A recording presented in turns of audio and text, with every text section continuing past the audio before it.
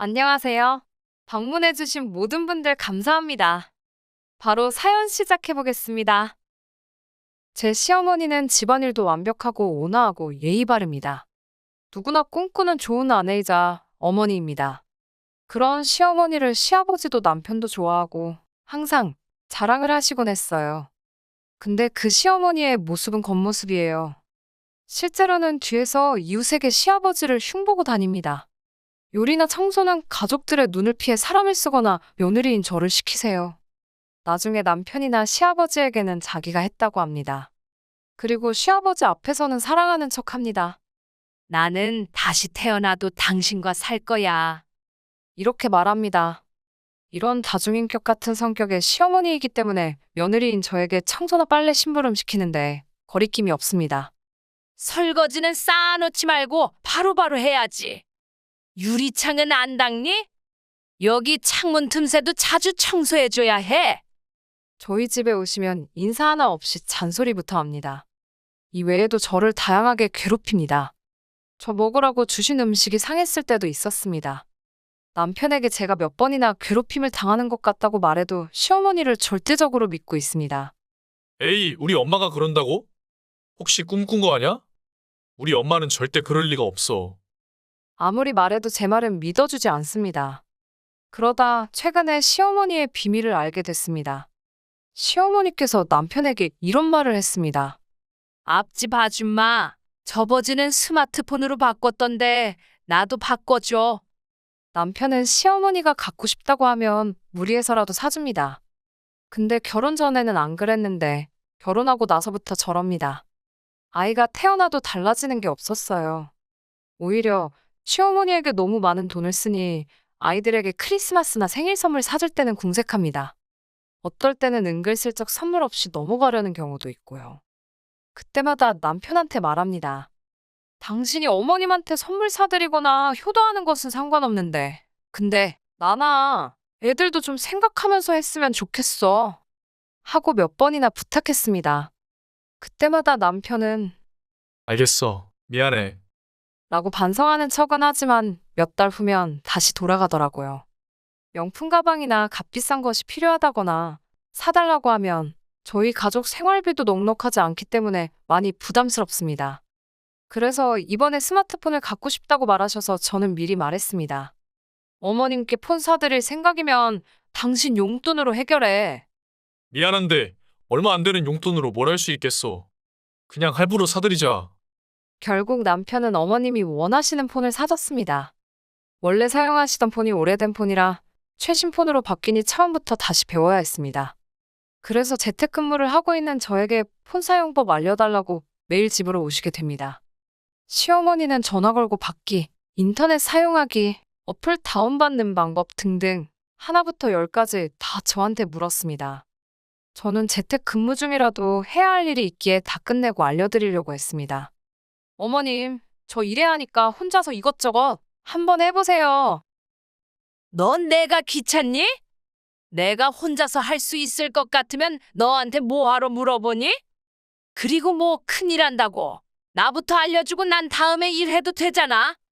됐다. 치사하고 더러워서 안 배울란다. 화를 내시며 돌아가셨습니다. 그날 저녁에 남편이 퇴근하는 순간 저에게 말했습니다.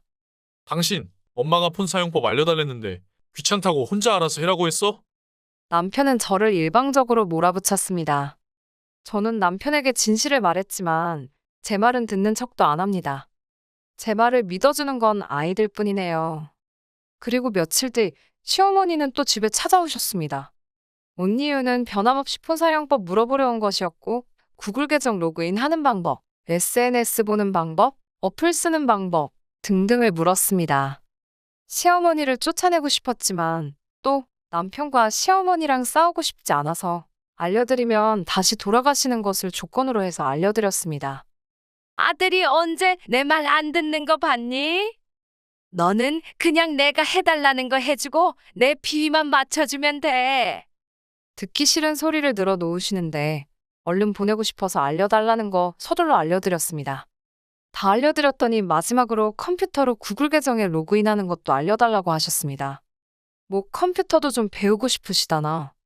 아무튼 어려운 게 아니니 알려드렸는데 시어머니는 컴퓨터를 잘 다루지 못하시니 많이 서투셨습니다. 그래서 제 컴퓨터로 로그인하는 걸 연습할 수 있게 해드렸습니다. 어머님, 오늘 알려드린 것들 전부 메모해두세요. 안 그러면 또 까먹으세요. 그래, 알겠다. 나는 이제 일이 있어서 가볼게. 여우 같은 시어머니가 같습니다. 사용하시던 컴퓨터를 정리하려고 하니 시어머니 계정이 로그인한 채로 있었습니다. 저는 단순히 호기심이 생겨 메일함이나 이것저것 구경해 보려고 했는데 시어머니의 폰의 사진첩이 컴퓨터에 자동 업데이트되고 있었습니다. 사진첩에는 젊은 남자와 다정하게 찍은 사진도 있었고 그 남자와 호텔에서 찍은 사진도 있었습니다. 이 외에도 달력도 자동 업데이트되고 있었습니다. 시어머니는 달력을 그냥 일기장처럼 쓰고 있는 것 같았습니다. 오늘 데이트 재밌었다. 영화도 재밌었다. 오늘 마트에서 반찬 사서 내놨는데 그 바보는 아직도 내가 한 건 줄 알아.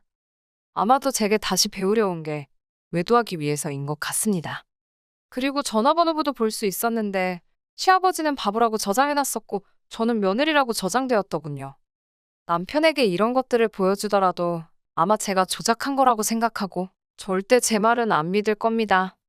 그리고 시어머니 계정에 남편의 이름이 적힌 신용카드를 찍은 사진이 있었는데 아마도 남편이 필요할 때 쓰라고 준 걸 찍어둔 것 같았습니다.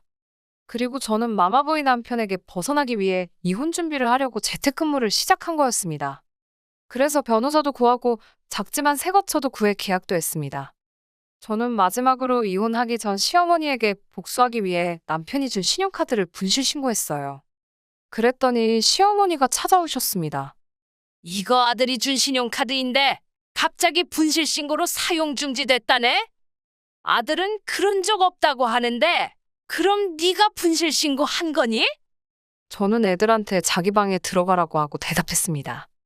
그거 남편이 안 가지고 있길래 잃어버린 줄 알고 제가 신고했어요. 카드사에 말해서 사용 내역 보니까 최근까지 사용했길래 당연히 분실한 줄 알았죠. 그리고 사용 금액이 1,000만 원이 넘던데요? 저는 시어머니에게 능청스럽게 말했습니다. 그리고 카드 이용 명세서를 보여드렸습니다. 그거는 아들이 필요하면 쓰라고 해서 쓴 거지. 그리고 너가 내는 것도 아니고 아들 통장에서 나가는 건데 1,000만 원이던 1억이던 네가 그거에 왜 관심을 가져? 오히려 저에게 화를 내셨습니다. 시어머니께서 조금이라도 반성하는 티라도 내셨으면 바람을 피시는 것만큼은 비밀로 해드리랬는데 저에게 역정을 내시는 걸 보고 지옥을 선물해 드리기로 했습니다. 저는 시어머니가 소중히 가지고 있던 스마트폰을 뺏었습니다. 그러자 시어머니는 안 뺏기려고 제 팔이나 얼굴을 마구 때리셨는데 이판사판으로 달려들었던 거라 아프지 않았습니다. 얼굴에서 피가 나는데도 웃고 있는 저에게 시어머니는 공포를 느끼셨는지 그 자리에 반쯤 울며 주저앉았습니다. 딱 그 타이밍에 남편이 퇴근해왔고 지옥에서 들릴 듯한 시어머니의 비명소리는 완전히 멈췄습니다. 아들, 쟤 봐봐, 지금 미쳤어. 갑자기 내 폰을 뺏겠다고 막 밀치고 때리는데 지금 쟤 정신이 아니야. 시어머니가 눈물을 흘리며 말하는데 저는 웃음이 계속 났습니다. 남편은 시어머니의 말은 의심 같은 건 안 하고 그저 피 흘리며 웃고 있는 저를 자극하면 안 되겠다 싶었는지 부드럽게 말했습니다. 이게 다 뭐야? 그리고 너는 왜 웃고 있어? 너 지금 얼굴에 피 나는 거 알아? 일단 피부터 좀 닦아. 그리고 엄마 폰은 왜 뺏고 그래? 좋은 말 할 때 다시 돌려드려. 싫은데 내가 왜? 너 진짜 미쳤어? 그거 네 폰 아니고 엄마 폰이잖아. 갑자기 왜 그러는데? 왜? 왜 엄마 폰을 뺏어서 이 지경을 만들어? 진정하고 얼른 돌려드려. 저는 지극히 정상이었기 때문에 남편의 말을 무시했습니다. 그리고 시어머니 폰을 열고 사진첩에 있는 외도 증거 사진을 보여줬어요. 그냥 다정한 사진이 아니라 젊은 남자와 호텔에서 찍은 사진을 말이죠. 그리고 카드 이용 명세서를 보여줬습니다. 당신이 준 카드로 어머님 바람피고 있었어. 당신 몰랐지? 카드 달랄 때 생활비가 부족하다고 말했지? 어머님이 당신한테 카드 받을 때 속내는 이랬어. 저는 일기장처럼 쓰는 달력도 보여줬습니다. 거기에는 이번에 남자친구 선물 사려고 아들한테 생활비 부족하다고 카드 좀 빌려달라니 넙죽 주네. 역시 피는 못 속이는구만. 바보에 비해 바보 아들이구만, 크크. 저는 바람 피우는 사실이 적힌 것들과 남편을 바보 취급하고 있는 것들을 모두 보여줬습니다. 처음에는 남편은 시어머니가 바람난 사실과 자신을 바보 취급하는 걸 받아들이지 못했습니다. 이거 진짜 엄마가 쓴 거 맞아? 우리 엄마가 이럴 리가 없는데. 남편은 폰에 적힌 일기들을 계속해서 여러 번 읽어보더니 모든 상황을 이해한 듯 했습니다. 진짜네, 진짜. 어떻게 엄마가 우리한테 이럴 수가 있어? 아빠는 이 사실 모르지. 이거 그냥 넘어갈 수 없어. 아빠한테도 말할 거야. 그리고 엄마 속마음이 그런 거라면 앞으로 우리 집에 찾아오지 마. 내가 다 용서를 빌게. 제발 아빠한테는 말하지 마. 제발 부탁이야. 내가 잠깐 미쳐서 헛소리 쓴 거고 그건 내 진심이 아니야. 내 말 믿어줘. 집사람이 엄마가 괴롭힌데도 지금까지 엄마를 믿었는데 엄마는 나를 속였어. 카드 당장 내놓고 더 이상 나한테 바라지 마. 엄마 때문에 집사람이 얼마나 마음 고생했을지 짐작이 나가. 여보, 내가 미안해. 나는 당신이 거짓말하는 줄 알았어. 앞으로는 의심하지 않을게. 이제 와서 미안해? 당신이 언제 내 말 들어줬어? 당신도 어머니한테 카드 준 거 그거 공범이야, 공범. 당신 때문에 어머니가 바람핀 거나 마찬가지야. 마치 당신이 피해자인 것처럼 말하는데 어이없으니까 그 입 좀 닫아줄래? 그리고 이거 이혼 신고서인데 미안하면 여기에 사인하고 양육비나 제때제때 줘. 이제 나는 이 집에서 안 살 거니까. 갑자기 이혼이라니? 나도 피해자이거든. 나도 이제야 알았다고. 내가 뭘 잘못해서 그러는데. 피해자는 나랑 애들이지. 남편 자격도 없는 당신인 줄 알아? 더 이상 말하기 싫으니까 할 말 있으면 변호사 통해서 해. 그랬더니 제가 진짜 이혼하려는 걸 이해하고 그 후로는 아무 말도 하지 않았습니다.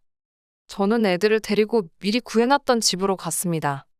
그리고 집에 가는 길에 얼굴에 타박상으로 피가 나는 거지만 혹시나 싶어 병원에서 진단서도 끊었습니다. 집에 와보니 흥분한 나머지 저도 모르게 시어머니 폰을 들고 왔더라고요. 그래서 훗날 시아버지가 있는 시간에 시댁에 돌려주러 갔습니다. 그리고 시아버지를 만난 김에 이것저것 알려드렸는데 이미 사태 파악은 다 하셨더라고요. 그동안 마음 고생 많았지? 나라도 눈치가 빨랐어야 했는데 너 혼자 소갈이 했을 거 생각하니 정말 미안하다. 그리고 상간놈 전화번호가 필요했는데 정말 고마워. 나도 이렇게는 못 살겠어서 이혼하려고 한다. 며느리가 이혼하고 싶어 하는 거 충분히 이해하니까 도움이 필요하면 언제든지 말해. 시어머니도 계셨지만 저에겐 아무 말도 하지 않았습니다. 아마도 시아버지에게 엄청 혼나 조용히 있는 것 같았습니다.